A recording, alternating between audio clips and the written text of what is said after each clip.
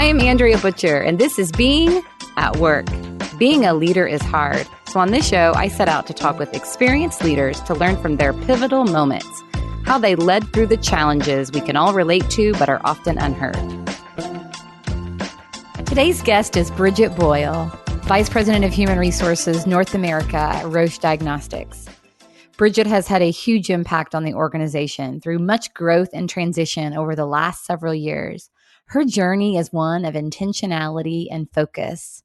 She's developed the strength of redefining her value. As you'll hear in her story, she is perpetually curious, has a strong sense of self-awareness, and has learned that in letting go, she's able to see all of the opportunities. In other words, you've got to let go to grow. Listen in as we break down her story. Well, I have been with Roche Diagnostics for 13 years, and about 10 years ago, Roche relocated me from Tucson, Arizona, and I had the pleasure of leading the HR organization and primarily supporting the commercial function under our CEO. And it was an amazing ride for about 5 years where we were rebuilding the business and working on our culture, bringing in new leaders, and really turning the business around and positioning Roche Diagnostics to be the number one IVD organization. And we also started to see the amazing recognition that we were getting on the outside, like the Fortune 100 Best Place to Work awards. And, we had an amazing focus on health and wellness. And so things were humming along, and I absolutely loved my role, and we had tremendous success. And so that was about 5 years ago, and I was presented with an opportunity to become the site head of HR, and that would allow me to take over the back office, the enabling functions of HR, which were, payroll, operations, benefit processing, all of that, in addition to my current responsibilities.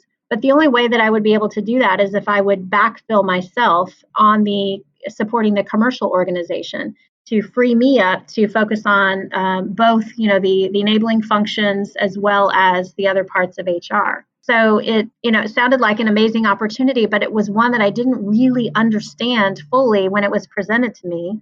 And that was about 5 years ago when I started in this role.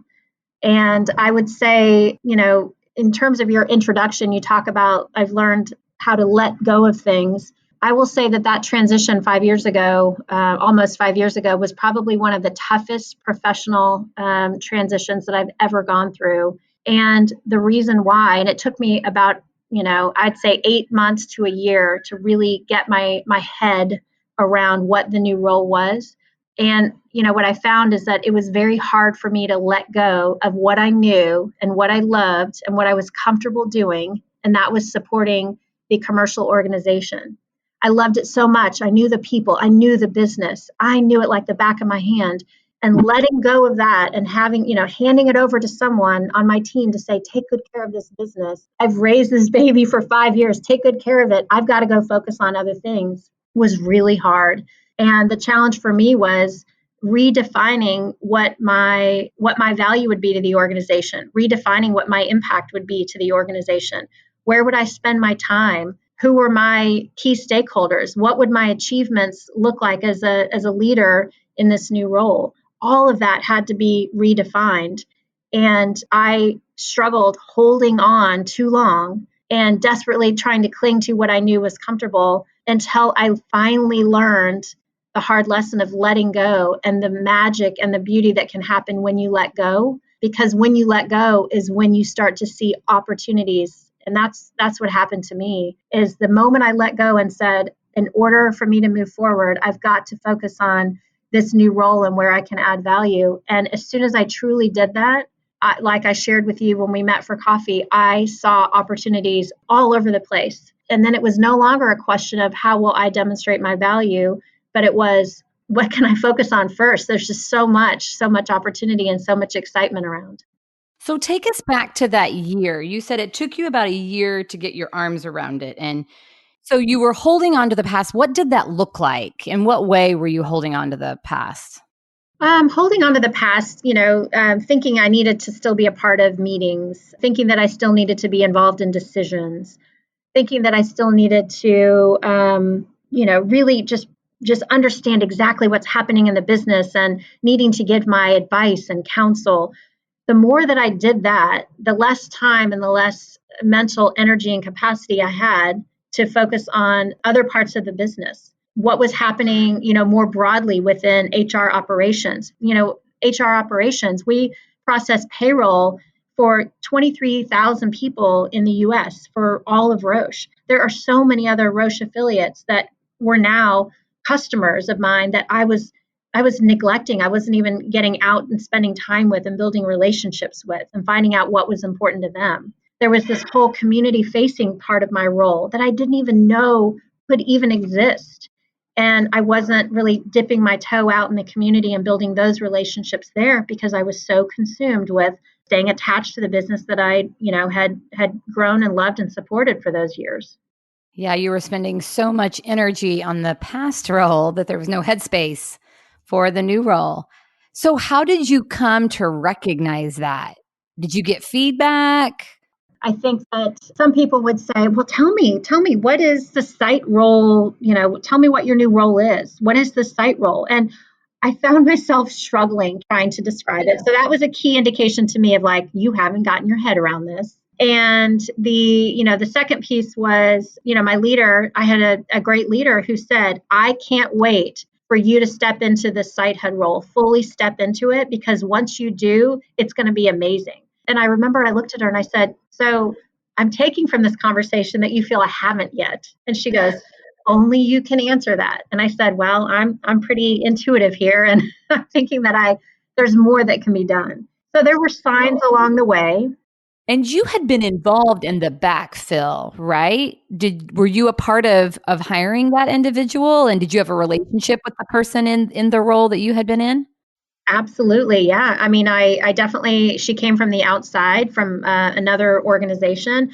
I hired her. She was extremely capable and smart and excited, and also very respectful. And so, she would often not want to, never once did she say, I need you out of my business. Let me do this. She was very respectful. And so I think that, that combined with my desire to want to stay involved, I kick myself now when I look back and think, goodness, she could have been off and running a month later and it would have been fine. Everything happens for a reason. But, I think I had to learn that lesson. It was a lesson that I needed to learn. And apparently that was the amount of time that I needed to really get my head around it. Yeah. I mean, you, Bridget, you are a thoughtful, like really good leader, right? You listen to people, you build strong relationships. So, I mean, it probably could have been a lot worse for her if you were, a real demanding my way kind of leader. I suspect that you cared so much, right, about that role and about that work. And so that I suspect that's probably what she felt. But yeah, no doubt had you shifted, right, she probably could have brought more of herself just sooner, I would suspect. Yeah, and I think now having gone through that experience and to bring the story full circle now, the interesting thing is fast forward 5 years, I've more than stepped into the site head role. Again, I have found tremendous joy and passion in things that I never would have ever imagined that I'd be involved in. A lot of it, again, is broader HR discussions, my relationships with other affiliates within Roche, the community-facing work and the boards that I sit on, the partnership with community HR leaders, all of that I have just thoroughly enjoyed. Just recently, I'd say in the last probably 6 months, the person that I did hire to support the commercial organization has since left. We've made a decision not to backfill her.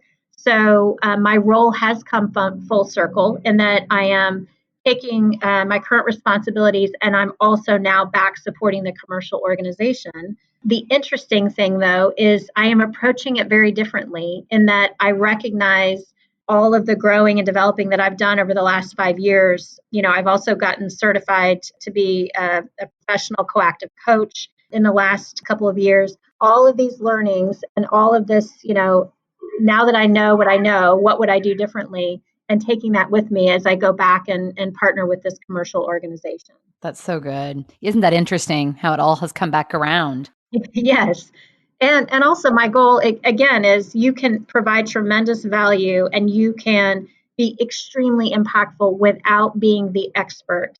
And I think that is also, as you grow in your career and you're leading leaders, that is a lesson that you really need to get your head around and get your arms around is how do you get impact through others and not needing to chase that it must be me, I must be the expert, I must be the one doing the work. Well, and isn't that consistent with you getting the coaching certification, right? I mean, I so appreciate that the head of HR at Roche is developing as a coach. Doesn't that say a lot about your role in working with leaders and empowering them to be successful? Like that's your priority, that's your focus.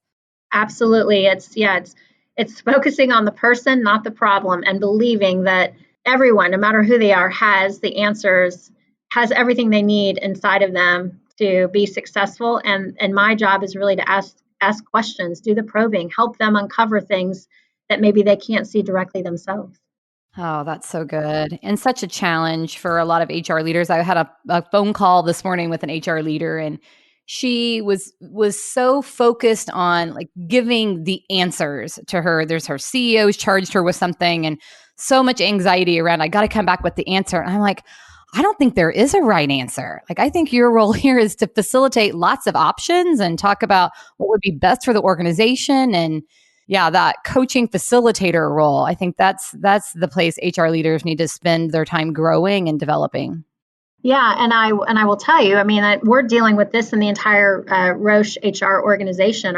What are those new capabilities that we want to be building and coach? That coaching competency is so important for the future, whether you're in HR or not, but especially within HR. And what got us to where we are, this is why some of us struggle with it, is what got us where we are is because we were great problem solvers, because we took care of things, because we would sit side by side with our leaders and say, let me help you, let me make this easy on you, let me take this from you so you don't have to worry about it.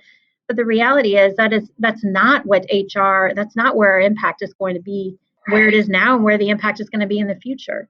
Okay, so I want to go back now to so we talked about holding on to the past. You recognized through feedback and you were starting to see like, okay, I need to redefine what my value is. That I loved it when you said that. You realize like I got to redefine what my value is in this new role. So tell us about that process. How did you go about doing that? I think it was once I had these mental like explosions of self-awareness, then what I would try to do is I would not allow myself to go back to, not allow myself to go back into those situations where I would be the expert, I would be the problem solver, I would be the one making the decisions or have the answers. And so I really pulled back and started to put myself in situations where I was a complete newbie, and so I would go and I would meet with our operations leader and say, okay, let's talk about what are some of the payroll challenges that we're having and how do we focus on efficiency here. And I would want to spend time on the service level agreements and meeting with different leaders from the affiliates to say how are we doing in terms of the services we're providing. I got engaged in a couple of boards in town, again, where I knew nothing. But as soon as I extended myself and said, I want to spend time, I'm passionate about the topic of talent. I don't know much about workforce development and strategic workforce topics, but I'm willing to learn. And then wouldn't you know, 2-3 years later, I've done podcasts, I've done videos, I've done TV interviews on strategic workforce planning. And so I think it's being humble enough to say, I'm willing to put myself in situations where I don't know everything and being curious enough to ask a lot of questions and being brave enough to, not be the smartest one in the room and not have the answers and to sometimes ask the dumb questions. Yeah, it's interesting how there's such freedom in that and yet that is so hard. It's such a hard thing to get to as a leader. Because so much of the early phase of leaders' careers is about proving yourself and having the answer and yeah, then, but what I hear you saying, Bridget, is in order for you to be successful in this new role, like you've got to put all that down and get results through others. Yeah, and so in the past, when a leader would come to me and say, what should we do, or I have this challenge with this person, in the past, I may say, okay, let me take care of it. I've got it. I know just what to do. And at the end of the day, as I was laying my head down to go to sleep, I would say, I did a good job today. I made an impact because I solved this problem. Fast forward, and so now it is, what are the questions that I can ask that can either get that leader to think, what are all the different scenarios, what may be some unconscious biases that could exist, and how do I ask those questions, how do I help them see different perspectives, who else can they get exposed to and talk to get a different perspective. And really, I mean, that it's coaching, it's asking questions, it's being curious, and it's helping weigh some of the options. But ultimately, the role and the value and the impact looks very different today than it did in the past.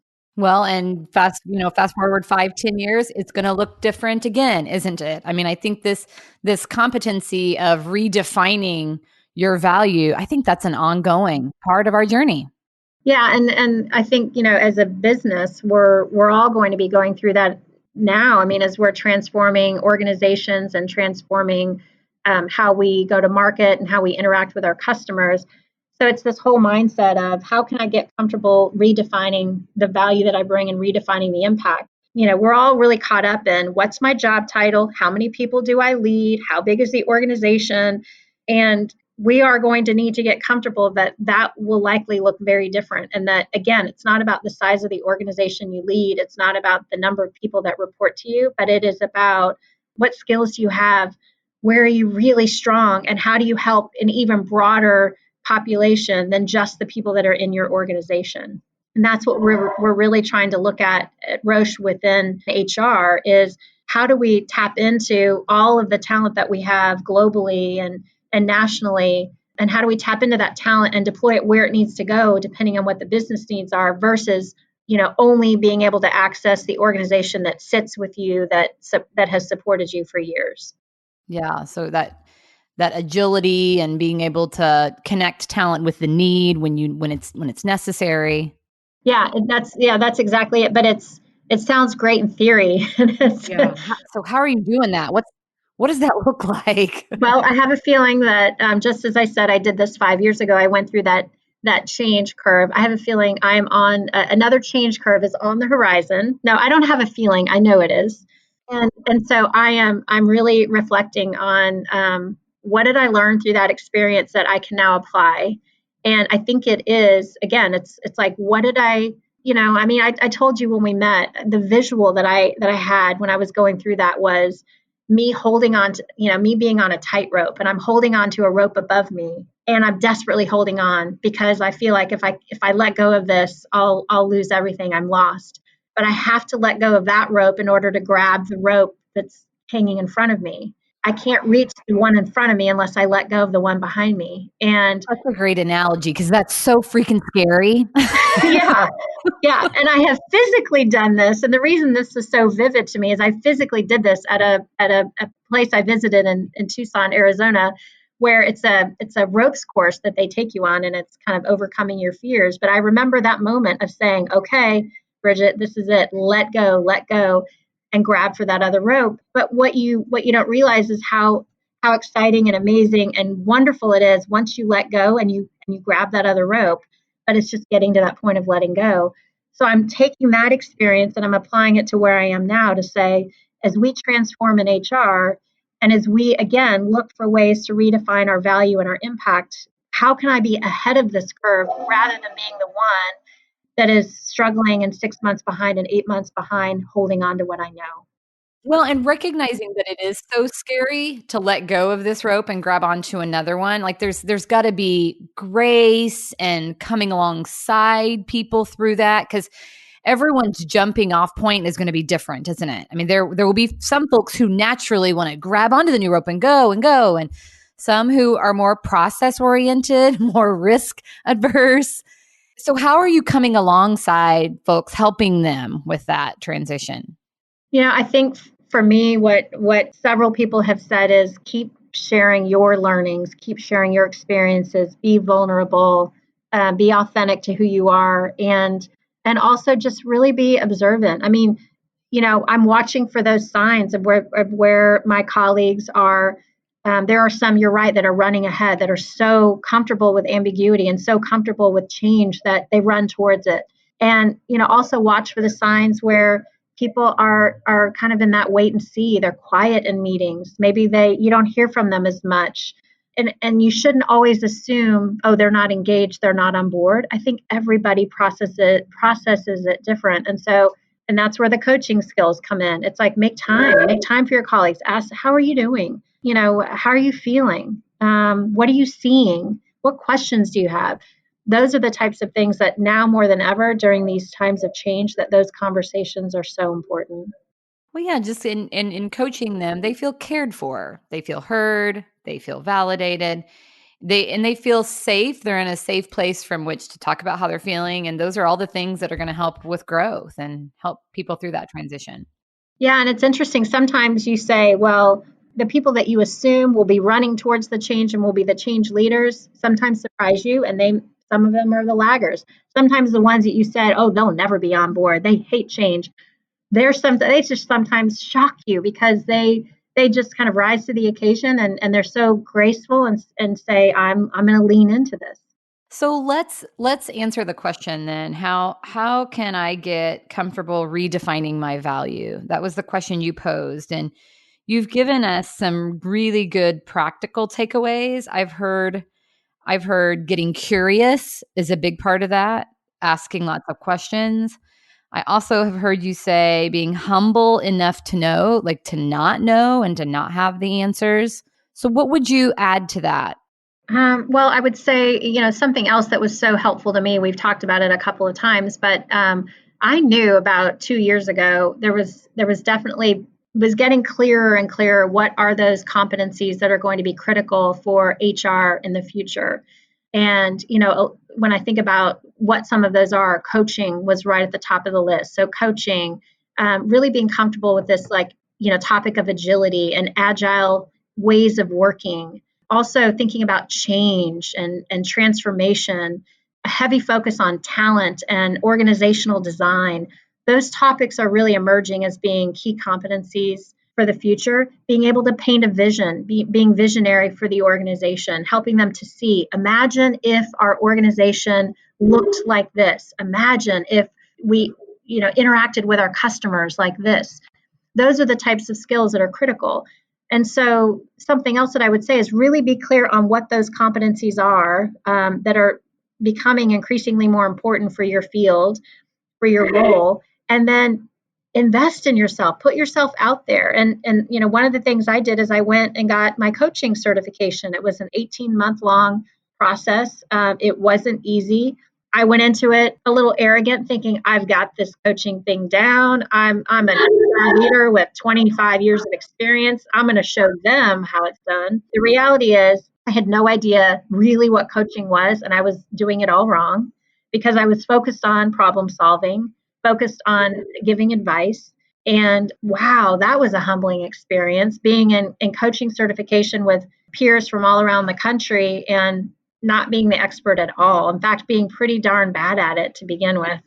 It's a humbling experience, isn't it? I mean, I feel like through my coaching certification, it broke me down. Oh yeah, there were many tears. But that's when growth happens, right? That's when growth happens. Well, good. So those two additional things then you added to how can I get comfortable redefining my value? So recognizing what the competencies are that will drive success in your field in the future and investing in yourself, taking time to develop and grow and giving yourself grace, allowing yourself to be a student again. Like the more I free myself from knowing, the more open my brain is to take in new. There's such a freedom in that. And isn't that Right. refreshing? I love being around leaders like you. Imagine how much we miss every day when we're working on things that we believe we're the expert in, right? And so it's like we know all the answers, and so we've stopped being curious, we've stopped asking questions, we've stopped learning. And so, yeah, I would highly encourage people to put themselves in those situations where they're a student again. There's something else that you do, Bridget, that's a practical takeaway, and it highlights a real gift you have as a leader. And I suspect that you're aware of this, but just something I've observed in all the conversations I've had with you. You always start by seeking to understand what's going on with the person in front of you. You always start with how are you or what's going on in your world, and then you are so good at connecting the dots, and that is such a powerful relationship builder and such an easy thing for people to remember. Just starting with a how are you and what's going on, and that shows care, that's curiosity, and that gives you insight and understanding that you can use in the conversation. Yeah, I think I've been that way my entire life. My family will probably tell you it drives them crazy how curious I am. I ask a lot of questions. My coworkers probably would say the same thing, but I've always been interested in people, what makes them tick, what's important to them. And so that leads me to ask questions and to be really curious about people and to want to get to know the person behind the face and really try to build a connection there. Well, and no doubt it's been a big part of your journey and where you are today, because that is so refreshing. And those are the kinds of people that we want to be around, that lift us up and ask us questions about ourselves and help us feel valued. So thank you. Thank you for modeling the way there. Well, thank you. So if you could go back and give yourself one piece of advice, so go back to 5 years, hard transition, what piece of advice would you give yourself?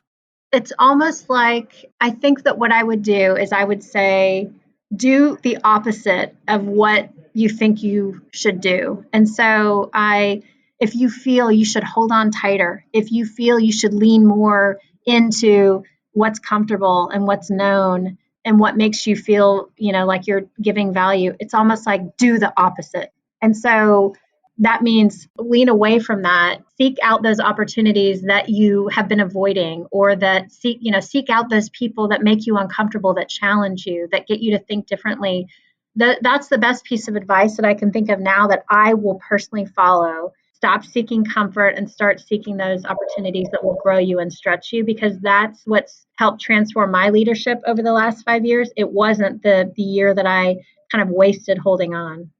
Yeah, that's good. Thank you for sharing that insight. If our listeners want to connect with you, Bridget, what's the best way to do that? Oh, LinkedIn would be a great way. Send me a LinkedIn request, and I'd love to hear from any of the listeners. Great. Well, thanks for being on the show and sharing all these incredible insights.